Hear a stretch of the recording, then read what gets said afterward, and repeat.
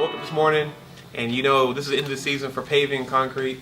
Everybody's coming in with their last minute bids. Everybody has their budgets for next year. All have this much money to spend, and they're trying to shove it down your pockets. So, for a business owner, you want to get as much as you can, and pockets are limited, time's limited. I was supposed to wake up this morning, put 1 or 2 bids together, do a bonding, proposal, and be done. And it turned into, I couldn't even look up. I own a paving and concrete company, and I started about 1.5 years ago. It's kind of one of those things where you're working for somebody your whole life, and you don't like it. I never liked working for people.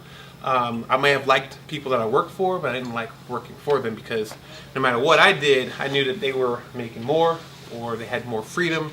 I'm working in the hours, late hours in the office. I see them on Facebook in Cancun. But anyway, as the oldest, I was responsible for a lot of things. I mean, my dad was gone a couple days at a time. He was trying to make it work because the commute was pretty hard for him. So we went a lot of times without lights, went a lot of time without water. Sometimes we didn't have food, but I wanted to make it work because I felt like I'm responsible for my siblings. I was always responsible for their chores getting done, also responsible for their homework getting done. So with a lot of pressure on myself as a 5th grader, I was like, what can I do to make money as a 5th grader? So I did cut grass. I did take out people's trash. Walked into the back of a bar, because we ride our bikes through the parks all the time, and there's a little cut through, we go through an alley. And I always see this door open, I see guys in there washing dishes. I walked in there as a 13-year-old, I'm like 6'2" at the time, still pretty big. Walk in and talk to the manager, and he gave me a job. $3.25 an hour, washing dishes. I didn't like washing dishes at my house. I hated washing dishes. Making, minimum wage there. Worked there for 2 years, 11 o'clock at night till about 3 in the morning. My dad never knew it. I was just gone. And then next job after that was McDonald's. Did the night shift during high school. 10 o'clock to 7 a.m. because, got more money. I wanted to work less hours to get more money. And I did that to go take my girlfriend to prom. I tried out for a sport here, tried out for a sport there, but then when it came time to pay for it, I had to drop out because I couldn't get a $20 physical. I couldn't pay for the membership, $150 for the travel league. And then my friends were like, oh, Ed, you should pay. And then one day, coach just took it upon himself, paid for me, and I missed my chore duty by 30 minutes. I was late getting home, and I was like terrified because my dad was going to ground me. I knew I was in big trouble. And I told him I was at football practice. He's like, oh, football practice? Okay, you're good. And that clicked in my brain as a free pass. From there, I tried out for basketball. I tried out for baseball. I ran track. I did cheerleading, and I swam.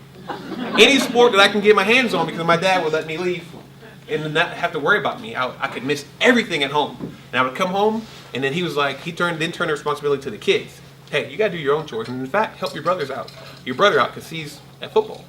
And I was like, wow, this is going to be awesome. So it flipped, and I was going to school. I was getting, pretty decent grades, but I was getting better grades because I had to qualify for sports. And I went on knowing that I wanted to go to college. I want to go to college for free. I'm going to use this as a tool to get to college. And my senior year, I told my dad, look, you don't have to pay for school. I'm going to go to school. It's going to be for free. And he's like, yeah, right, whatever. He didn't even have time to come to my games. He didn't know that I was actually pretty good. So, All-American in football, 4 or 5-time All-American in track, All-State in cheerleading. I did get a full scholarship for football. I had 36, 37 full rides. Went to Maryland, ended up transferring out of Maryland because it was the recruiting process as a business. I was a wide receiver, a pretty big wide receiver. They wanted me as a wide receiver, so they said. When every other school wanted me as a safety. I went there, they changed their mind, they said, we really do like you as a safety. So I was like, what, I really did like that school out west, and so I ended up transferring. And so I went out and played for William Penn University in Iowa for 3 years. Everybody thought it was the biggest mistake of my life because I left a D1 school for a D2 school. Ended up breaking all kinds of records at the school, felt pretty good, and got an offer to play for the Eagles. So I played for Philadelphia Eagles. I majored in business management. Started out as an engineer, tried to do engineering right away. I was married at 19, first kid at 20, second kid at 21, 22, 23, and I had 6. So I have nothing else going for me. I didn't get a signing bonus. I got picked up by the Eagles based on a whim. I flew down to Wide World of Sports in Disney, paid my way. My agent got me into a semi-pro workout. I trained, they saw me, they loved me. I was like, sweet, I'm on cloud 9, but I had to make money because they didn't give me a signing bonus, so I sell. And I found out that in selling door to door, getting paid for what you do, I had a partner that would wake up at noon, 1, sell a couple hours, go home. I woke up, saw my kids, had my meeting, 10 o'clock to 10 o'clock. I was knocking doors, just knocking doors, because if I hit certain numbers, I made a certain amount of money, and I control how many doors I hit. I sold like 210 units, which is crazy for a first year guy. They made me a district manager, and I went from Fort Collins to Sacramento, California. Then from Sacramento, California, I went to Texas. I went from Texas to Iowa. Then I went to West Des Moines, Iowa. And I ran an office in Lubbock. I was loving it, but it was 100% commission. It was scary as anything. Every day I had to earn my dollar, and they didn't care. If I hit 100 sales first 6 months or first month, I had to do it again. It was wiped clean. So every day it was hectic. So anyway, fast forward all of this, football lasted this long. My contract had zeros like a lot, and I was like, wow, this is a year's salary every week. You know, I'm looking at this. I made this much at McDonald's in a year, and this is my weekly paycheck every week. Unheard of. I had cousins. I knew I had a lot of cousins, but I found out exactly how many I had. And I opted out of my last year of my contract. So anyway, I'm home with my kids, and I'm enjoying life, and we're going to make it work. And then the economy crashes. The company I worked for went bankrupt overnight. So for about 18 months or so, I was able to pay for my in-laws' mortgage. I paid my dad's mortgage because he was almost evicted. My mom's mortgage, she was almost evicted. My sister and my brother. I didn't even have a house, but I'm paying 5 mortgages for almost 2 years. The company I worked for really liked me, and I was the youngest one in the office, and my customers liked me because I was honest. If you ask me for something, I'm gonna give it to you. If I couldn't give it to you, I'm gonna tell you.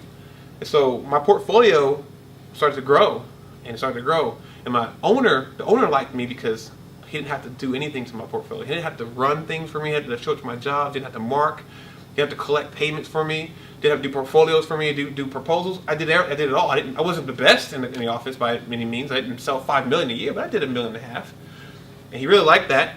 And as it came down to it, I wanted to grow. I kept wanting to grow. The ceiling was just kind of closing in on me. I looked at myself as in there 3 years, making as much as the person in there 25 years. Where am I going to be in 25 years?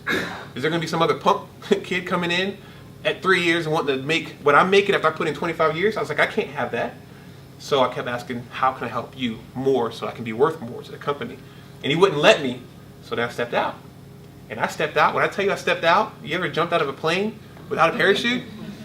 I jumped out without a parachute. There was no ground. There was nothing to see, no soft landing. I didn't know what was coming up. And I struggled last year. I struggled at the beginning of this year. So people started to talk, because I can't touch anybody I've did business with, non-competes. I'm generating new business, door-to-door sales, again, knock, knock, knock. You know, I'm working hard, football background. Not to mention, 3 years ago I joined the Air Force because I didn't want to sit on my butt anymore at the desk, you know. My guys in my office are like, best part of the day is lunch, you know. They're like, let's go eat. And I'm like, dude, I got proposals to do. So I joined the Air Force as a National Guardsman. I went into Intel. I'm an Intel analyst for the Air Force in McGuire Air Force Base in New Jersey.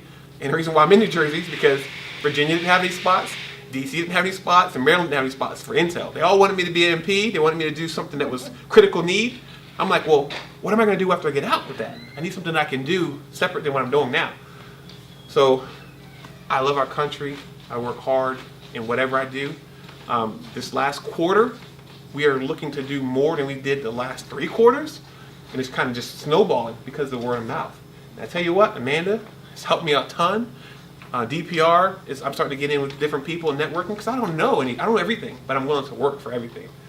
So as I'm here today, whatever you guys have, if you are military, past military guys, you've already done the hardest part.